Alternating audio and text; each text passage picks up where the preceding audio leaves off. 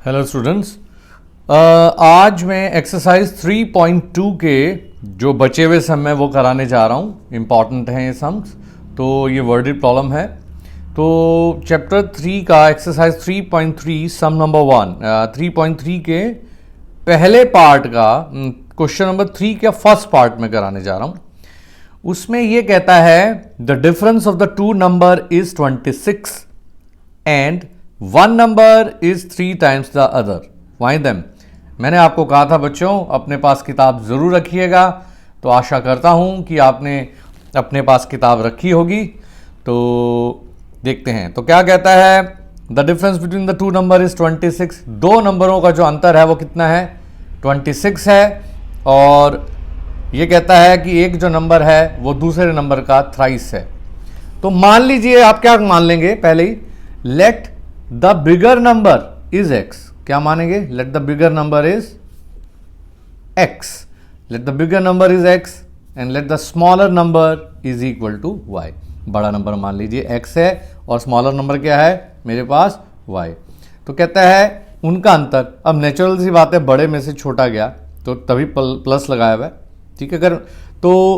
अगर मैं यहाँ अगर बड़ा यहाँ ना लिखता बिगर और स्मॉलर, तो मेरे को प्लस माइनस लगाना पड़ता, क्योंकि मुझे ये नहीं पता कौन सा बड़ा नंबर है। तो एक बार फिर बता रहा हूँ, बड़ा नंबर यानी बिगर नंबर मैंने x मान लिया, स्मॉलर नंबर क्या है मेरे पास? y। तो उन दोनों का अंतर यानी बड़े में से छोटा गया वो किसके बराबर है? 26 के। ये थी मेरी पहली कंडीशन। दूसरी कहता है जो बड़ा नंबर है वो जो दूसरे नंबर से 3 टाइम्स है। तो कहता है one number is 3 times the other. तो कहता है जो एक नंबर है वो दूसरे नंबर के 3 टाइम्स है। नेचुरल सी बात है, जो बड़ा नंबर होगा वो छोटे नंबर का 3 गुना होगा। तो x is equal to 3y। तो अब मेरे पास ये दूसरी कंडीशन आ गई। ये लीजिए, साफ साफ नजर आ रहा है x इज इक्वल टू जो 3y है वो कहां पुट करना है? पहली में। तो मैंने क्या लिखा? Put in 1। तो x is equal to 3y मैंने यहाँ पुट कर दिया यहाँ। तो ये देख लीजिए 3y minus y is equal to 26, ठीक है ना। तो 3y में से y का क्या आया? 2y इज इक्वल टू 26 आया। तो y किसके बराबर आया? 13 के बराबर आया। y 13 के बराबर आया तो y निकल गया। तो x भी निकालना है। x मेरे पास किसके बराबर था? 3y के। तो y की जगह मैंने यहाँ क्या डाल दिया? 13 डाल दिया। तो x किसके बराबर आया? 13। तो आगे मेरे पास दो नंबर, फिर बता रहा हूँ, बड़ा नंबर x, छोटा नंबर y। बड़े में से छोटा गया 26 आ रहा है, और जो एक नंबर है वो दूसरे नंबर का थ्राइस है। x इक्वल टू 3y इस पहली इक्वेशन में मैंने पुट कर दिया। x 3y ये रहा, minus y 2y is equal to 26।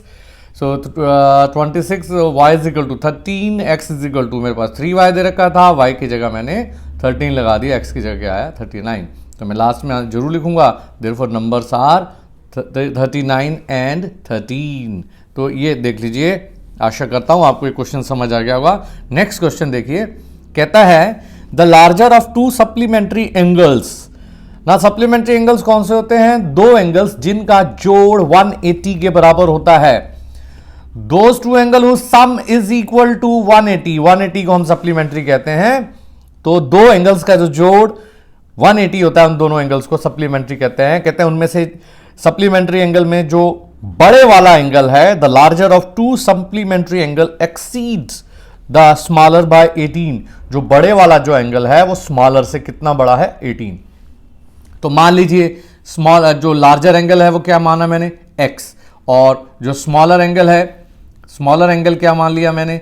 y। Larger angle x, smaller number y। तो अब नेचुरल सी बात है, मैंने कहा था ये दोनों क्या है? सप्लीमेंट्री एंगल है। तो इन दोनों का जोड़ किसके बराबर होगा? 180 का। पहली इक्वेशन बन गई।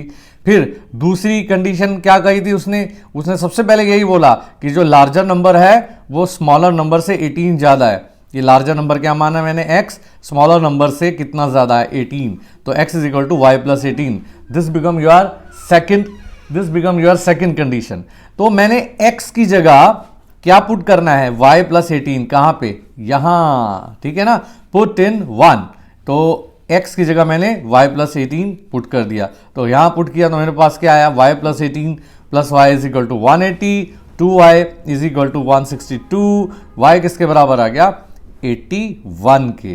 अब y 81 के बराबर आया, मेरी बात समझ आ गई होगी, और x ये रहा मेरे पास, तो x किसके बराबर था, y प्लस 18 के, तो मैंने y की जगह क्या रख दिया यहाँ 81, 81 प्लस 18 किसके बराबर आया 91, आ गया जी, x 99 y 81।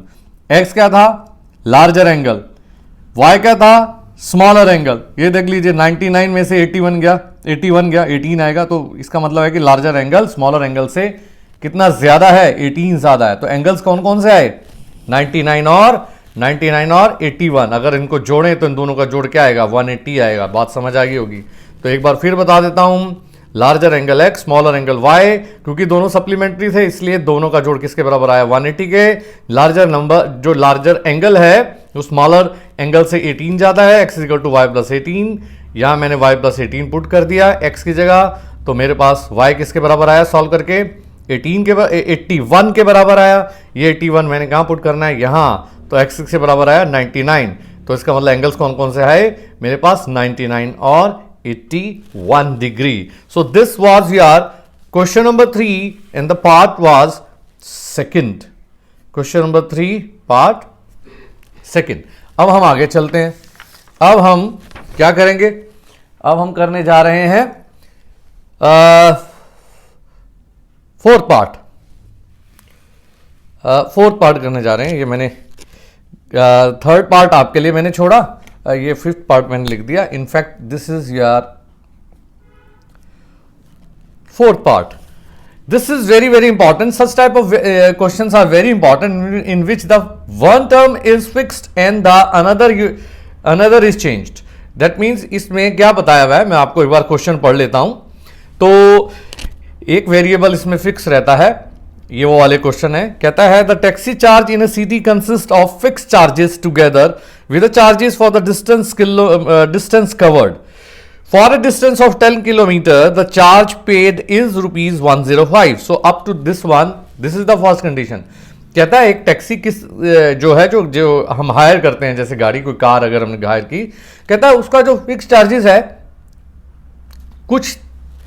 उसका कुछ तो फिक्स चार्जेस है और कुछ उसका क्या चार्जेस है जितना किलोमीटर आप चलते हैं।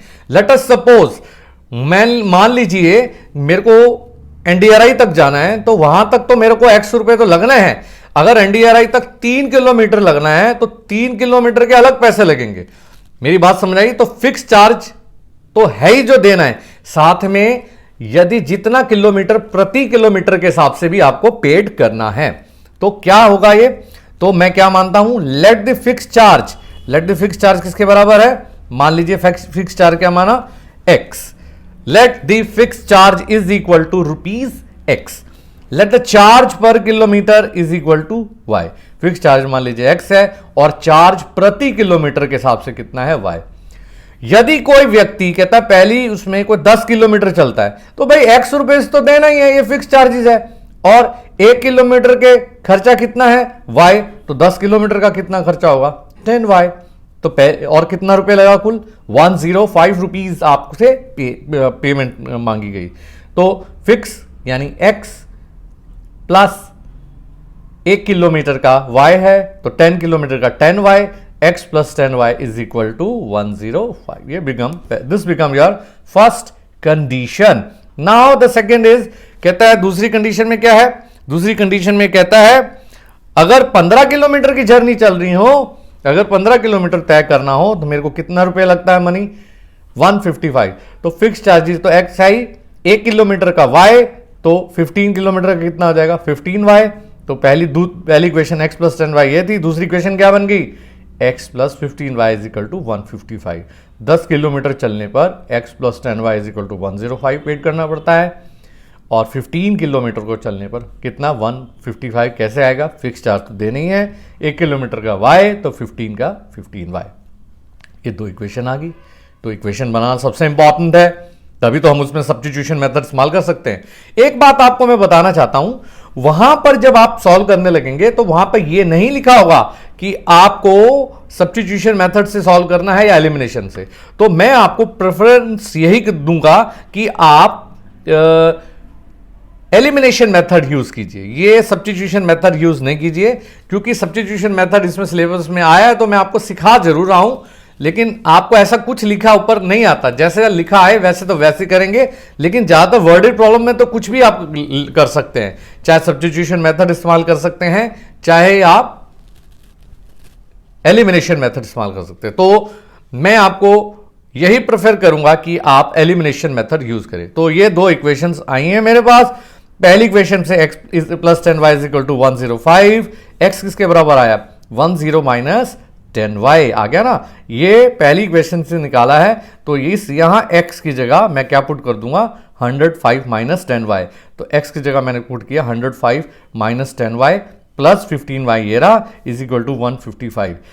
15y में से 10y गया कितना है 5y, ठीक है, और 155 में से ये 105 माइनस हो गया तो किसके बराबर आया मेरे पास 50। तो y किसके बराबर आया 10 के बराबर आ गया एक आंसर।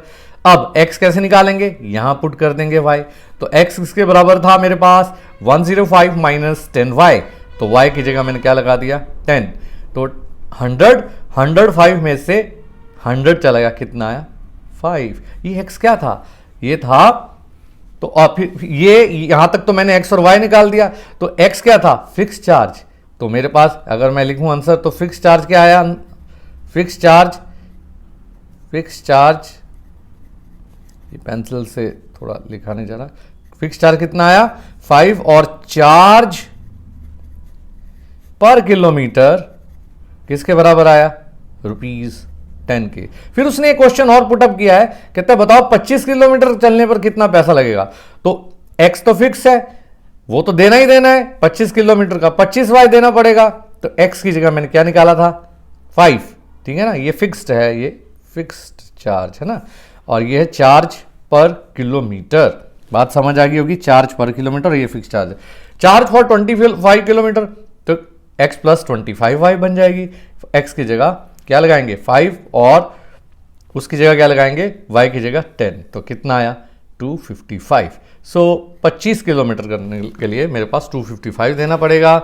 एक बार फिर बता देता हूँ, फिक्स चार्जेज x, ठीक है ना, चार्ज पर किलोमीटर y, 10 किलोमीटर का x plus 10y is equal to 105 equation बनी। 15 किलोमीटर के लिए x plus 15y is equal to 155। Substitution method से 1 से मैंने x निकाल लिया, ये x मैंने 2 में यहाँ पुट किया, y कितना आया 10, तो x कितना आ गया 5, फिक्स चार्ज 5 रुपीज़, चार्ज पर किलोमीटर 10, 25 किलोमीटर चलने के लिए मेरे पास x प्लस 25 बनेगी इक्वेशन, तो मेरे पास कितना आंसर आया 255। तो अब मैं इसका कुछ पार्ट 5th कराने जा रहा हूं। पार्ट 5th क्या है, पार्ट 5th इज फ्रैक्शन वाले सम्स है, ये इंपॉर्टेंट होते हैं फ्रैक्शंस वाले सम, तो इसको बड़े ध्यान से करेंगे आप। क्या कहता है पार्ट 5th में, पार्ट 5th में कहता है अ फ्रैक्शन बिकम 9/11। फ्रैक्शन क्या होता है, जो बटों में होता है, 3/5, 7/9, 8/11, ये फ्रैक्शन है। A fraction become 9/11। पहले क्वेश्चन पढ़ने से पहले मैं मान लेता हूं, लेट द न्यूमरेटर, ऊपर वाला जो ये ऊपर वाला ये न्यूमरेटर, और ये क्या होता है denominator, let the numerator is equal to x, let the denominator is equal to y, ठीक है। तो मैंने मान लिया न्यूमरेटर और डिनोमिनेटर को, तो फ्रैक्शन क्या बन गया x/y, fraction become x/y।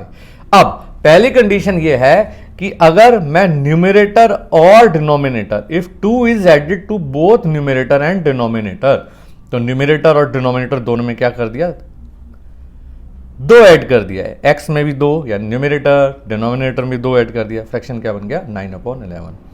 11x plus 22 is equal to 9y plus 18, तो मेरे पास पहली इक्वेशन क्या बन गई 11x minus 9y is equal to 18 में से 22 गया -4।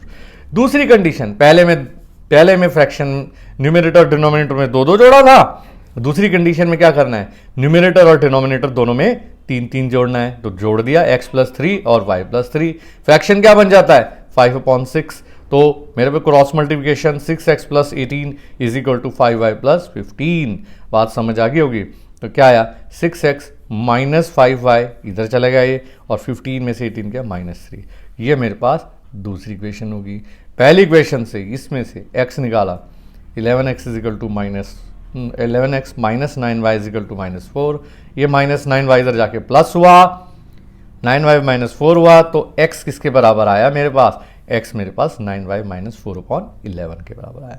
ये मैंने कहाँ पुट किया? पुट इनटू यहाँ पुट किया। पहली में से निकाली है तो इस x की वैल्यू दूसरी में पुट करेंगे। दूसरी में पुट किया x, ये देखिए ये 6, ये रहा 6, और x की जगह क्या पुट किया? 9y minus 4/11 minus 5y is equal to -3। तो मेरे पास क्या बन गया? 9 6 54 y माइनस 24, और ये एलसीएम लिया 11 को 5 से किया, 55 माइनस 55y ओवर 11, 54 में से 55 गया माइनस y माइनस 24, और इसको इससे गया माइनस 33। तो y किसके बराबर आया? माइनस y, 24 उधर जाके प्लस हो गया, minus 33 plus 24 is equal to -9, minus से माइनस कैंसिल, y किसके बराबर आ गया? 9 के। अभी y निकला है, x भी निकालना है, तो x ये रहा मेरा, ये रहा ना x, तो यहाँ y पुट कर दे, या आप इसको भी ये भी कह सकते हैं पुट इन 1 और 2, इट्स योर विश, ये भी कह सकते हैं पुट इन 1 और 2।